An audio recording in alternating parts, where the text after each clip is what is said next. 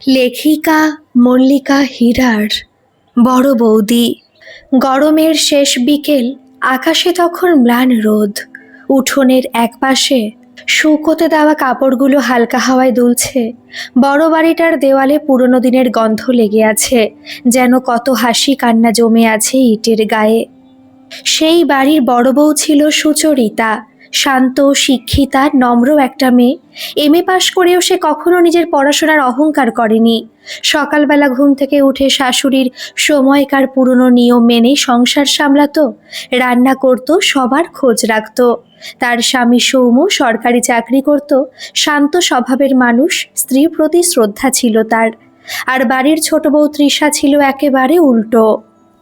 বড় একটা কর্পোরেট কোম্পানিতে চাকরি করত। দামি শাড়ি, বিদেশি পারফিউম, হাতে সবসময় মোবাইল, মুখে আধুনিকতার বুলি। সে নিজেকে এই বাড়ির বাকিদের চেয়ে অনেক উঁচু মনে করত, বিশেষ করে সুচরিতাকে। কারণ সুচরিতা বাড়ির কাজ করত, সাদামাটা জীবন পছন্দ করত।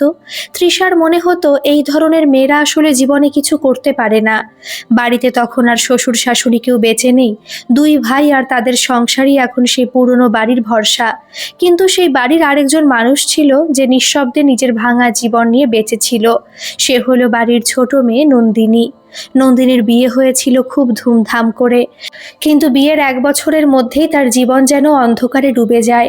স্বামী অর্ক বাইরে থেকে ভদ্র হলেও ভিতরে ছিল নিষ্ঠুর। দিনের পর দিন অপমান, অবহেলা, মানসিক অত্যাচার সহ্য করতে করতে একদিন নন্দিনী আর পারেনি। সন্তানও হয়নি তাদের।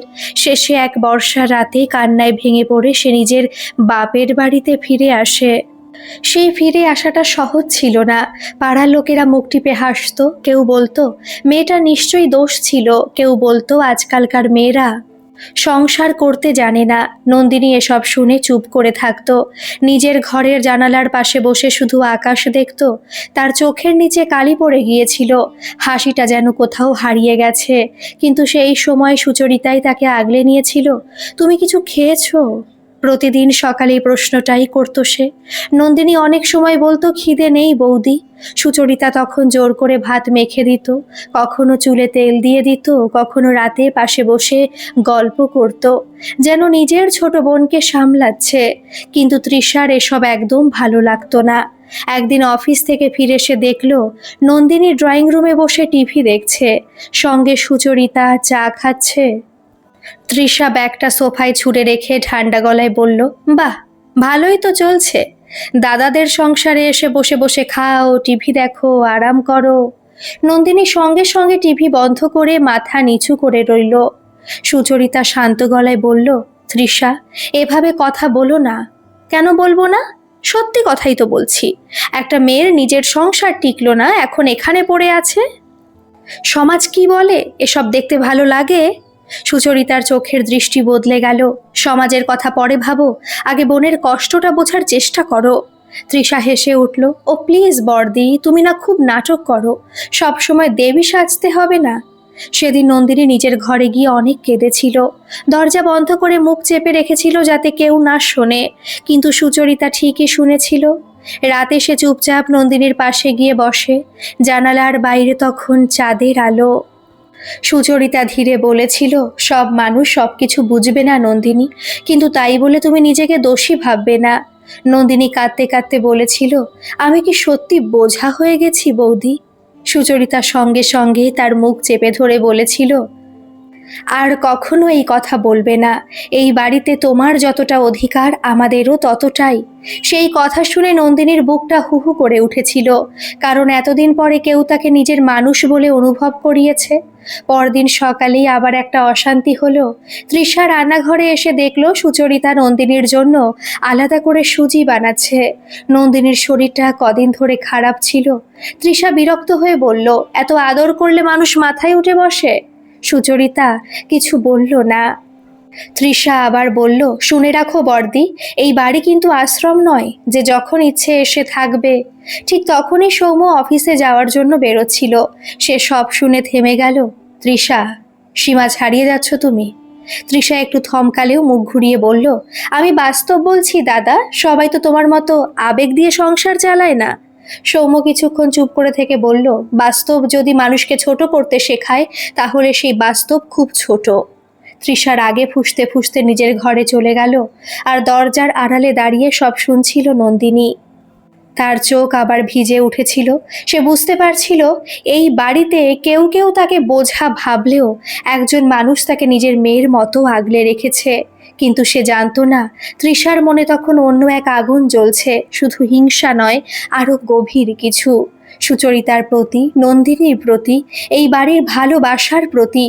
আর সেই আগুন ধীরে ধীরে একদিন পুরো সংসারটাকে পুড়িয়ে দিতে চলেছে। ভোরবেলা উঠোনে তখন ধোঁয়া উঠছে। সুচরিতা রান্নাঘরে দাঁড়িয়ে লুচি ভাজছিল। জানলার ফাঁক দিয়ে সকালে নরম রোদ এসে তার মুখে পড়ছিল। ঘরের একপাশে বসে নন্দিনী আলু কুটছিল চুপচাপ। অনেকদিন পরে আজ একটু স্বাভাবিক লাগছিল তাকে। মুখে হালকা হাসিও ফুটেছিল। সুচরিতা সেটা লক্ষ্য করে মৃদু গলায় বলল, আজ তোমাকে অনেকদিন পরে ভালো লাগছে নন্দিনী।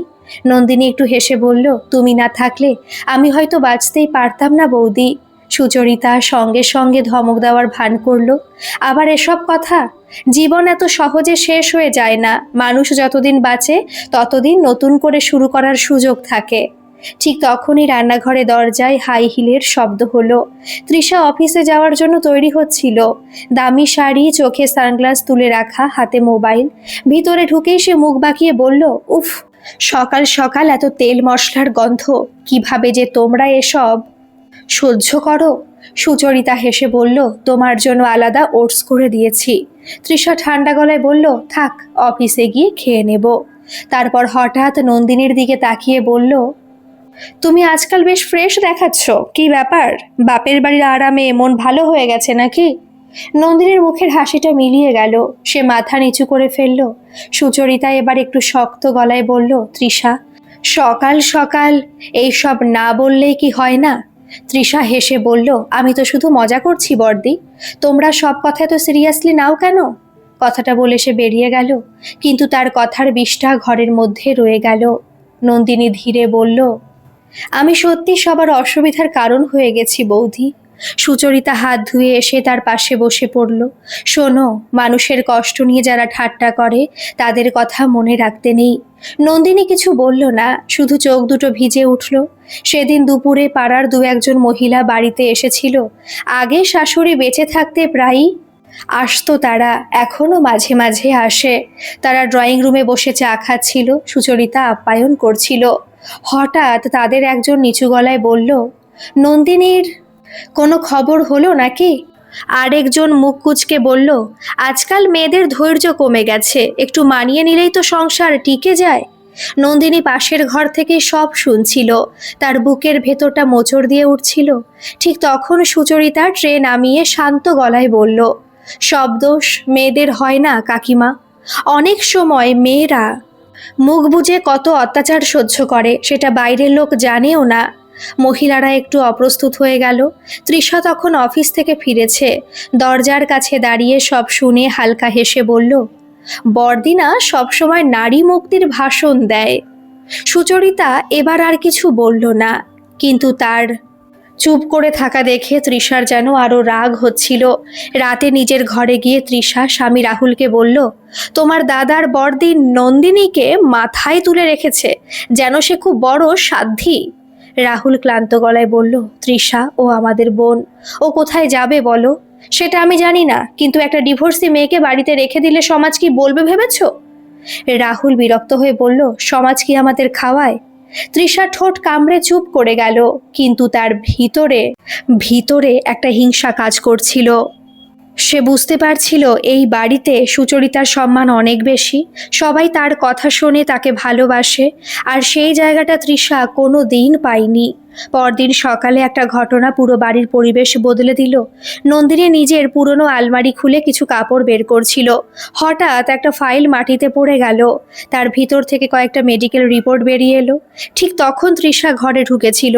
সে রিপোর্টগুলো হাতে নিয়ে চোখ বুলিয়ে হঠাৎ ঠান্ডা হাসলো, ও তাই বলো, তাই তোমার সংসার টেকেনি? নন্দিনী ভয় পেয়ে উঠে দাঁড়ালো, দাও ওগুলো। তৃষা রিপোর্ট নেড়ে বলল, তুমি কোনোদিন মা হতে পারবে না। নন্দিনীর মুখ সাদা হয়ে গেল, ঠোঁট কাঁপতে লাগলো। এই সময় সুচরিতা ঘরে ঢুকেই সব বুঝে গেল। সে দ্রুত তৃষার হাত থেকে রিপোর্টগুলো নিয়ে বলল, এগুলো ব্যক্তিগত জিনিস তৃষা। কিন্তু তৃষা থামলো না। আমি ভুল কি বললাম? সত্যিটাই তো আমি বললাম। একটা মেয়ে সন্তান দিতে না পারলে বেশিরভাগ সংসারই ভাঙে। নন্দিনী এবার আর নিজেকে সামলাতে পারল না। সে দুহাতে মুখ ঢেকে মাটিতে বসে পড়ল। সুচরিতার চোখ রাগে ভরে উঠল। তৃষা, তুমি শিক্ষিতা হয়েও এত নিষ্ঠুর কিভাবে হতে পারো? তৃষা ঠান্ডা স্বরে বলল, আমি বাস্তববাদী। না, সুচরিতা ধীরে বলল, তুমি শুধু নিষ্ঠুর। ঠিক তখন দরজার বাইরে দাঁড়িয়েছিল সৌম্য। সে সব শুনে ভিতরে এসে নন্দিনীকে উঠিয়ে দাঁড় করালো। তারপর তৃষার দিকে তাকিয়ে বলল, আজ তুমি খুব ছোট হয়ে গেলে তৃষা। তৃষা কিছু না বলে ঘর থেকে বেরিয়ে গেল, কিন্তু তার চোখে তখনও অহংকার। সেই রাতে নন্দিনী নিজের ঘরে একা বসেছিল। বাইরে প্রচণ্ড বৃষ্টি হচ্ছিল। হঠাৎ সে শুনল দরজায় টোকা। দরজা খুলতে দেখল সুচরিতা দাঁড়িয়ে আছে, হাতে গরম দুধের গ্লাস। সুচরিতা ধীরে বলল, কিছু মানুষ শুধু আঘাত দিতেই জানে, কিন্তু তুমি বিশ্বাস করো, মা হওয়াটাই একটা মেয়ের একমাত্র পরিচয় নয়। নন্দিনীর চোখ ভিজে উঠল। কিন্তু সমাজ তো সেটা মানে না বৌদি। সুচরিতা তার মাথায় হাত রেখে বলল, সমাজ অনেক কিছুই মানে না, তাই বলে সত্যি বদলে যায় না। সেদিন বহুদিন পরে নন্দিনী কারো কোলে মাথা রেখে কেঁদেছিল, আর সুচরিতা তাকে ঠিক মায়ের মতো বুকে আগলে রেখেছিল। কিন্তু দরজার বাইরে দাঁড়িয়ে কেউ একজন সব দেখছিল, তৃষা। আর তার চোখে তখন এমন এক হিংসা জ্বলছিল যা ধীরে ধীরে ভয়ঙ্কর হয়ে উঠতে শুরু করেছে। সেদিন ছাদের সেই রাতটার পর নন্দিনী যেন আরও চুপচাপ হয়ে গিয়েছিল। বাইরে থেকে তাকে স্বাভাবিক দেখালেও ভিতরে ভিতরে সে ভেঙে পড়ছিল। সারাদিন নিজের ঘরে থাকতো, কারো সামনে খুব বেশি আসতো না। তৃষার কথাগুলো যেন তার আত্মসম্মানে গভীর ক্ষত করে দিয়েছিল। কিন্তু সুচরিতা হার মানার মানুষ ছিল না। সে বুঝেছিল শুধু সান্ত্বনা দিয়ে মানুষকে বাঁচিয়ে রাখা যায় না। একজন মানুষকে সত্যি বাঁচতে হলে তার জীবনে আবার আলো ফিরিয়ে আনতে হয়। তাকে নিজের অস্তিত্বের মূল্য বুঝতে শেখাতে হয়। সেদিন দুপুরে সৌম্য অফিসে, রাহুলও বাইরে। তৃষা অফিসে গেছে। বাড়ি তখন নিরিবিলি। সুচরিতা রান্নাঘরে রান্না করছিল, আর নন্দিনী পাশে বসে বৌদিকে সাহায্য করছিল। হঠাৎ সুচরিতা বলল, নন্দিনী, তুমি আবার পড়াশোনা শুরু করবে? নন্দিনী অবাক হয়ে তাকালো। এই বয়সে? বয়সের সঙ্গে শেখার সম্পর্ক কি? সুচরিতা হেসে বলল, তুমি তো গ্র্যাজুয়েশন শেষ করে বিয়ে করে ফেলেছিলে, এরপর আর কিছু করতে পারোনি। নন্দিনী ধীরে বলল, এখন আর ইচ্ছে করে না বৌদি। সুচরিতা তার দিকে তাকিয়ে শান্ত গলায় বলল, ইচ্ছে মরে যায় না নন্দিনী, মানুষ মেরে ফেলে। নন্দিনী চুপ করে গেল। ঠিক তখনই কলিং বেল বেজে উঠল। দরজা খুলতেই সুচরিতার মুখে হাসি ফুটে উঠল। আরে অরিজিৎ! হঠাৎ? দরজায় দাঁড়িয়েছিল প্রায় 6 ফুট লম্বা, শান্ত চেহারার একজন মানুষ। ফর্মাল শার্ট, চোখে চশমা, মুখে ভদ্র হাসি। সে ছিল সুচরিতার কলেজের বন্ধু অরিজিৎ সেন। এখন বড় একটা আইটি কোম্পানিতে উচ্চ পদে চাকরি করে, বেঙ্গালুরুতে থাকে। কাজের সূত্রে কলকাতায় এসেছে। অরিজিৎ হেসে বলল, এইদিকে মিটিং ছিল, ভাবলাম তোদের না দেখে গেলে মার খেতে হবে। সুচরিতা হেসে ভিতরে নিয়ে এলো তাকে। নন্দিনী দূর থেকে দেখে চুপচাপ সরে যাচ্ছিল, কিন্তু সুচরিতা ডেকে বলল, এই নন্দিনী, এদিকে আয়, এ আমার খুব কাছের বন্ধু অরিজিৎ। নন্দিনী মাথা নিচু করে নমস্কার করল। অরিজিৎও ভদ্রভাবে হাসল। আপনার কথা অনেক শুনেছি। নন্দিনী একটু অবাক হলো। তার কথা কেউ শুনতে পারে, এটা যেন সে ভুলেই গিয়েছিল। সেদিন দুপুরটা খুব সুন্দর কেটেছিল। অনেকদিন পরে বাড়িতে হাসির শব্দ উঠেছিল। অরিজিৎ গল্প করছিল, মাঝে মাঝে এমন মজার কথা বলছিল যে নন্দিনীর মুখেও হাসি ফুটে উঠছিল। সুচরিতা সেটা চুপচাপ লক্ষ্য করছিল। কিন্তু অন্যদিকে অফিস থেকে ফিরে তৃষা যখন দেখল ড্রয়িং রুমে নন্দিনী হাসি মুখে বসে গল্প করছে, তার ভিতরে আবার অদ্ভুত একটা বিরক্তি জন্ম নিল। রাতে তৃষা সুচরিতাকে বলল, তোমার ওই বন্ধুকে তো দেখলাম নন্দিনীর সঙ্গে বেশ জমে গেছে। সুচরিতা শান্তভাবে বলল, মানুষের সঙ্গে দুটো ভালো কথা বললে কি সেটাকে খারাপ চোখে দেখতে হবে? তৃষা ঠোঁট বাঁকিয়ে চলে গেল। কিন্তু কয়েকদিন পরে এমন একটা ঘটনা ঘটল যা কেউ ভাবেনি। অরিজিৎ আবার এলো বাড়িতে। এবার সে সরাসরি সৌম্য আর সুচরিতার সামনে বসে ধীরে বলল, আমি একটা কথা বলতে চাই। সৌম্য অবাক হলো। বল না। অরিজিৎ একটু থেমে বলল, আমি নন্দিনীকে বিয়ে করতে চাই। ঘরটা মুহূর্তে নিস্তব্ধ হয়ে গেল। নন্দিনী পাশের ঘরে দাঁড়িয়ে সব শুনছিল। তার হাত কাঁপতে শুরু করলো। সৌম্য বিস্মিত গলায় বলল, তুই কি ভেবেচিন্তে বলছিস? অরিজিৎ খুব শান্তভাবে বলল, হ্যাঁ, আমি নন্দিনীর অতীত জানি, তবুও বলছি, কারণ একজন মানুষের অতীত নয়, মানুষটা গুরুত্বপূর্ণ। সুচরিতার চোখ ভিজে উঠল। ঠিক তখনই তৃষা ঘরে ঢুকেছিল। কথাটা শুনে সে প্রায় চমকে উঠল। তুমি সিরিয়াস? অরিজিৎ তার দিকে তাকিয়ে মৃদু হেসে বলল, খুবই সিরিয়াস। তৃষা অবিশ্বাসের গলায় বলল, তুমি জানো ও ডিভোর্সি? জানি। ও কোনোদিন মা হতে পারবে না, সেটাও জানো? অরিজিৎ এবার দৃঢ় গলায় বলল, একজন নারী শুধু মা হওয়ার জন্যই জন্মায় না। একজন মানুষের মূল্য তার মন দিয়ে বিচার করা উচিত। তৃষা চুপ করে গেল। তার মুখে প্রথমবারের মতো যেন উত্তর হারানোর ছাপ ফুটে উঠল। নন্দিনী তখন নিজের ঘরে বসে কাঁদছিল। এতদিন পরে কেউ তাকে অসম্পূর্ণ নয়, সম্পূর্ণ মানুষ হিসেবে দেখেছে। কয়েক মাসের মধ্যেই খুব ছোট করে বিয়েটা হয়ে গেল। কোনো বড় আয়োজন নয়, কিন্তু ভালোবাসা ছিল ভরপুর। বিয়ের দিন নন্দিনী লাল শাড়ি পরে যখন মাথা নিচু করে বসেছিল, সুচরিতার চোখ বারবার ভিজে উঠছিল। মনে হচ্ছিল নিজের মেয়েকে বিদায় দিচ্ছে। বিদায়ের সময় নন্দিনী জড়িয়ে ধরে কাঁদতে কাঁদতে বলেছিল, তুমি না থাকলে আমি কোনো দিন বাঁচতে পারতাম না বৌদি। সুচরিতা তার কপালে চুমু খেয়ে বলেছিল, এবার নিজের জন্য বাঁচবে। বিয়ের পরে নন্দিনীর জীবন সত্যিই বদলে গেল। অরিজিৎ তাকে শুধু স্ত্রী হিসেবে নয়, একজন মানুষ হিসেবে সম্মান দিয়েছিল। সে আবার নন্দিনীকে পড়াশোনা শুরু করালো, অনলাইন কোর্সে ভর্তি করালো, বই কিনে দিল, পাশে বসে পড়ায় সাহায্য করলো। ধীরে ধীরে নন্দিনীর মুখে আত্মবিশ্বাস ফিরে আসতে লাগলো। সে আবার হাসতে শিখলো, আবার নিজের স্বপ্ন দেখতে শিখলো। একদিন ভিডিও কলে নন্দিনী হাসতে হাসতে বলছিল, বৌদি, আমি চাকরির পরীক্ষা দিচ্ছি, আশা করছি কিছু একটা করতে পারবো আমি। সুচরিতার চোখ আনন্দে জ্বলজ্বল করছিল, আর পাশে দাঁড়িয়ে তৃষা সব শুনছিল নিঃশব্দে। সেদিন প্রথমবার তার বুকের ভিতরে অদ্ভুত একটা ব্যথা উঠল, কারণ সে বুঝতে পারছিল যাকে সে এতদিন অপমান করেছে সেই মানুষটাই আজ সত্যিকারের সুখ খুঁজে পেয়েছে। আর যাকে সে দুর্বল ভাবত সেই সুচরিতাই একটা ভাঙা জীবনকে আবার গড়ে দিয়েছে। সেই রাতেই তৃষা নিজের ঘরে একা বসেছিল। বাইরে বৃষ্টি পড়ছিল। হঠাৎই তার মনে পড়তে লাগলো একের পর এক কথা। নন্দিনীর কান্না, সুচরিতার চুপ করে সহ্য করা, নিজের তীক্ষ্ণ অপমান। প্রথমবার তার নিজের কাছে নিজেকে খুব ছোট মনে হতে লাগলো, কিন্তু তখনও সে জানতো না খুব শীঘ্রই তার জীবনে এমন একটা ঘটনা ঘটতে চলেছে যা তাকে পুরোপুরি বদলে দেবে। সময় কেটে যাচ্ছিল। নন্দিনী নতুন সংসার এখন সুখে ভরে উঠেছে। বেঙ্গালুরুতে ছোট্ট কিন্তু সুন্দর একটা ফ্ল্যাটে অরিজিৎ আর নন্দিনীর জীবন যেন নতুন করে শুরু হয়েছে। সকালে দুজনে একসঙ্গে চা খায়, সন্ধ্যায় বারান্দায় বসে গল্প করে, মাঝে মাঝে উইকেন্ডে কোথাও ঘুরতে যায়। সবচেয়ে বড় কথা, নন্দিনী এখন আর নিজেকে বোঝা ভাবে না। সে আবার পড়াশোনা শুরু করেছে। অনলাইন কোর্স শেষ করে এখন একটা স্কুলে পার্ট টাইম পড়ানো শুরু করেছে। বাচ্চাদের সঙ্গে সময় কাটাতে তার খুব ভালো লাগে। অরিজিৎ প্রায়ই মজা করে বলে, তুমি বুঝতে পারো না তোমার হাসিটা কত সুন্দর। আর তখন নন্দিনীর মুখে যে আলো ফুটে ওঠে সেটা দেখে বোঝাই যায় কতদিন পরে সে সত্যিকারের সম্মান আর ভালোবাসা পেয়েছে। সুচরিতা দূর থেকে সব দেখে শান্তি পেত। তার মনে হতো এতদিনের লড়াইটা বৃথা যায়নি। কিন্তু এইদিকে তৃষার জীবনটা অদ্ভুতভাবে বদলাতে শুরু করলো। বাইরে থেকে সব ঠিকঠাক ছিল, চাকরি, টাকা, বড় বড় অফিস মিটিং, দামে জীবনযাপন, কিন্তু ভিতরে ভিতরে তার সংসারে ফাটল ধরছিল। রাহুল আগের মতো আর কথা বলতো না। প্রয়োজন ছাড়া দুজনের মধ্যে কোনো সম্পর্কই যেন নেই।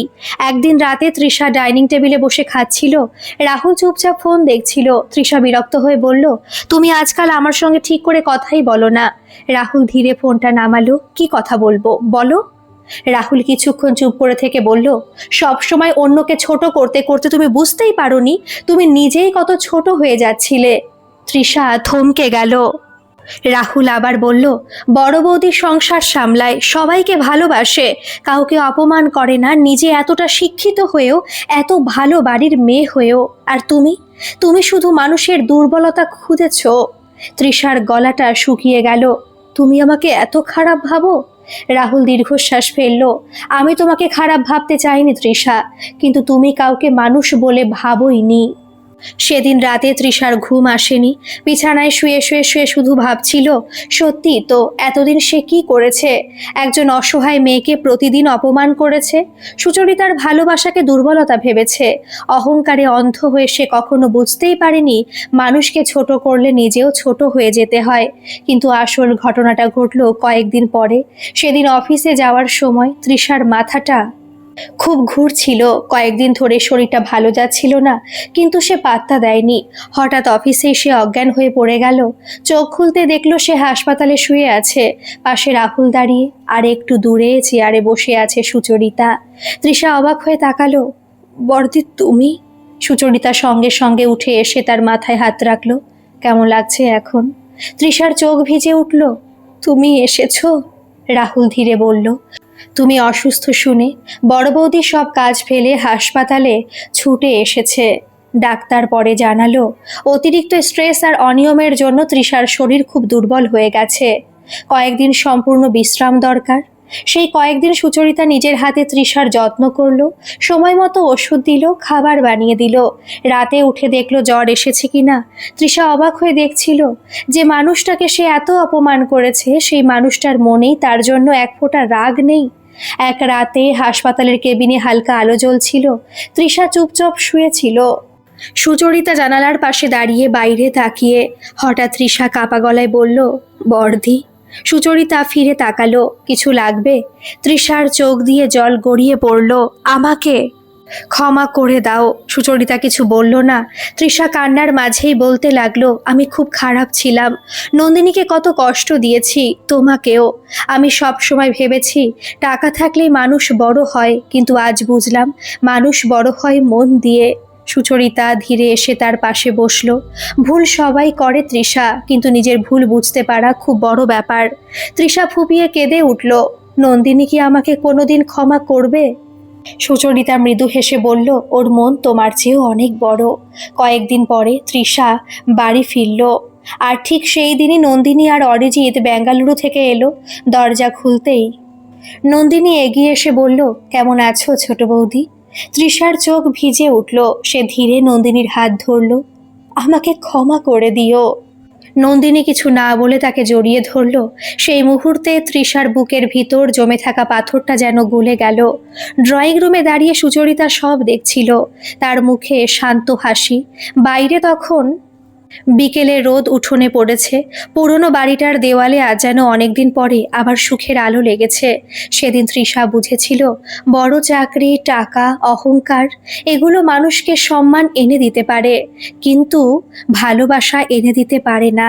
ভালোবাসা পাওয়ার জন্য আগে মানুষ হতে হয়, আর সে মানুষ হওয়ার শিক্ষাটা সে পেয়েছিল এই বাড়ির বড় বউ সুচরিতার কাছ থেকে। গল্পটি কেমন লাগলো অবশ্যই কমেন্ট করে জানাবেন, আর ভালো লাগলে একটা সাবস্ক্রাইব করে আমার পাশে থাকবেন। ধন্যবাদ।